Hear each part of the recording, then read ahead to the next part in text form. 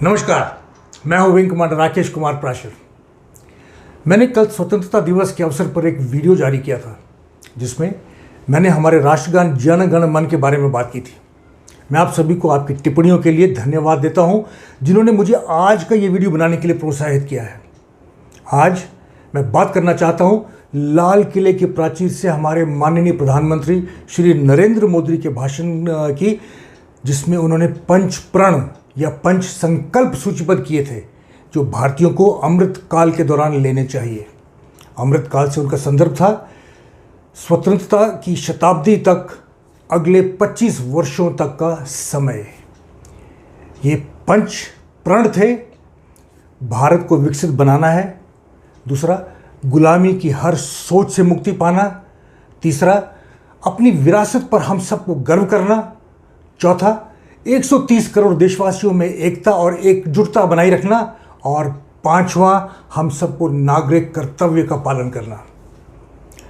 आप सोच रहे होंगे कि ये व्यक्ति जो सेफ्टी और मोटिवेशन के इश्यूज पे वीडियोस बनाता था, आज राजनीतिक मुद्दों पर वीडियो कैसे बना रहा है? आप बिल्कुल सही हैं, पर मैं केवल सुरक्षा और प्रेरणा पर ही वीडियो बनाता हूं, और आज का वीडियो भी इससे अलग नहीं है। ये वीडियो भी इसी श्रृंखला की एक नई कड़ी है जिसका पूर्ण श्रेय हमारे माननीय प्रधानमंत्री श्री नरेंद्र मोदी जी को ही जाता है। भारत के स्वतंत्रता दिवस के अवसर पर कल लाल किले के प्राचीर से अपने भाषण में प्रधानमंत्री ने कहा था कि राष्ट्र को अब केवल बड़े लक्ष्य निर्धारित करने चाहिए। ये बड़ा लक्ष्य एक विकसित भारत है और कुछ नहीं। इस संदर्भ में उन्होंने पंच प्रण का जिक्र किया था जो हमें उस लक्ष्य को प्राप्त करने में हमारी मदद करेंगे।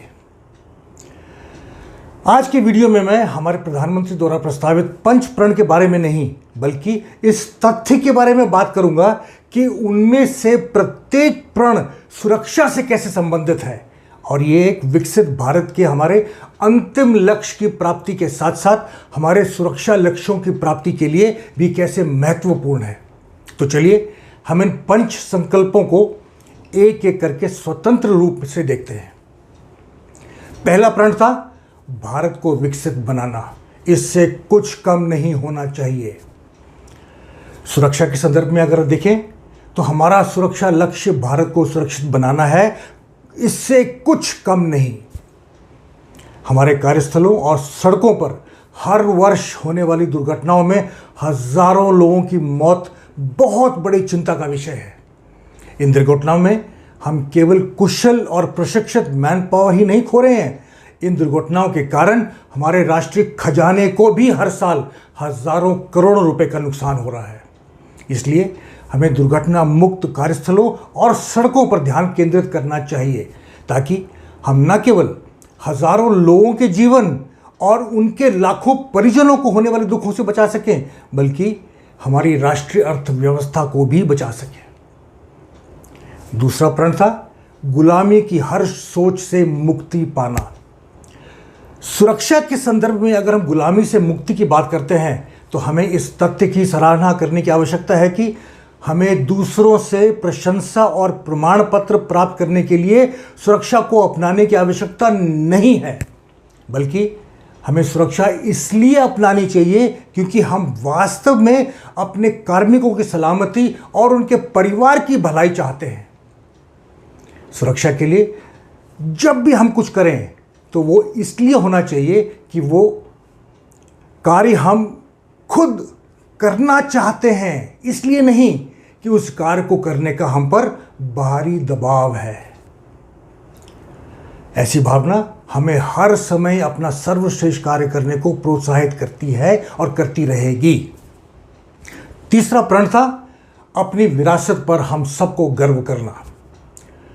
सुरक्षा के संदर्भ में अगर देखा जाए तो हमने अब तक सुरक्षा में जो कुछ भी हासिल किया है उस पर हमें गर्व होना चाहिए, खासकर अगर हम अपने लोगों को बाई चॉइस अर्थात अपनी पसंद से सुरक्षित रखने में सफल रहे हैं, ना कि चांस अर्थात संयोग से। सेफ्टी बाई चॉइस दर्शाता है कि हम अपने कर्मचारियों की भलाई और सलामती को व्यावसायिक सफलता से ऊपर रखते हैं। वास्तव में यही सुरक्षा का सार है और यही सेफ्टी को लक से अर्थात सुरक्षा को भाग्य से अलग करता है। चौथा प्रण था 130 करोड़ देशवासियों में एकता और एकजुटता बनाए रखना। सुरक्षा के संदर्भ में देखा जाए तो इस तथ्य की व्याख्या इस बात से होती है कि सुरक्षा और कुछ नहीं है बल्कि टीम वर्क है। यदि हम अपने सुरक्षा लक्ष्यों को प्राप्त करना चाहते हैं तो हम सभी के बीच एकता, एकजुटता, सद्भाव और सौहार्द के लिए प्रयास करना होगा। और पांचवा और अंतिम प्रण था हम सबको नागरिक कर्तव्य का पालन करना चाहिए। सुरक्षा के संदर्भ में देखा जाए तो कोई शक नहीं कि सुरक्षा सभी की जिम्मेदारी है और सभी को सुरक्षित रखने के इस नेक प्रयास में भाग लेने से कतराना नहीं चाहिए। न केवल मैं ये सुनिश्चित करने के लिए जिम्मेदार हूं कि मैं सुरक्षित रूप से काम करूं, बल्कि यह भी कि मैं किसी भी असुरक्षित काम को रोकने और स्थिति को ठीक करने के लिए जिम्मेदार हूं, ताकि हर समय एक सुरक्षित कार्यस्थल सुनिश्चित किया जा सके। सभी कर्मचारी, वो चाहे किसी भी स्तर के क्यों ना हो, जिम्मेदार नागरिकों के रूप में सभी सुरक्षा के कर्तव्यों को पूरा करना उनका कर्तव्य है, जो हर समय उन्हें निभाना चाहिए। माननीय प्रधानमंत्री जी, आपने न केवल अपने कार्यों से साबित किया है कि आप वास्तव में हमारे कार्मिकों की भलाई और कल्याण के बारे में हमेशा चिंतित रहते हैं, बल्कि इन 5 प्रणों से आपने सभी भारतवासियों को भी सुरक्षा सुनिश्चित करने के लिए एक खूबसूरत दिशा दे दी है। आपका बहुत बहुत धन्यवाद सर। ये 5 प्रण न केवल ये सुनिश्चित करेंगे कि हम अपनी स्वतंत्रता की शताब्दी से पहले एक विकसित राष्ट्र बनने के लक्ष्य को प्राप्त करें, बल्कि ये हम सब के लिए 5 संकेत भी हैं जो हमें अपने सुरक्षा लक्ष्यों को प्राप्त करने में भी सहायता करेंगे।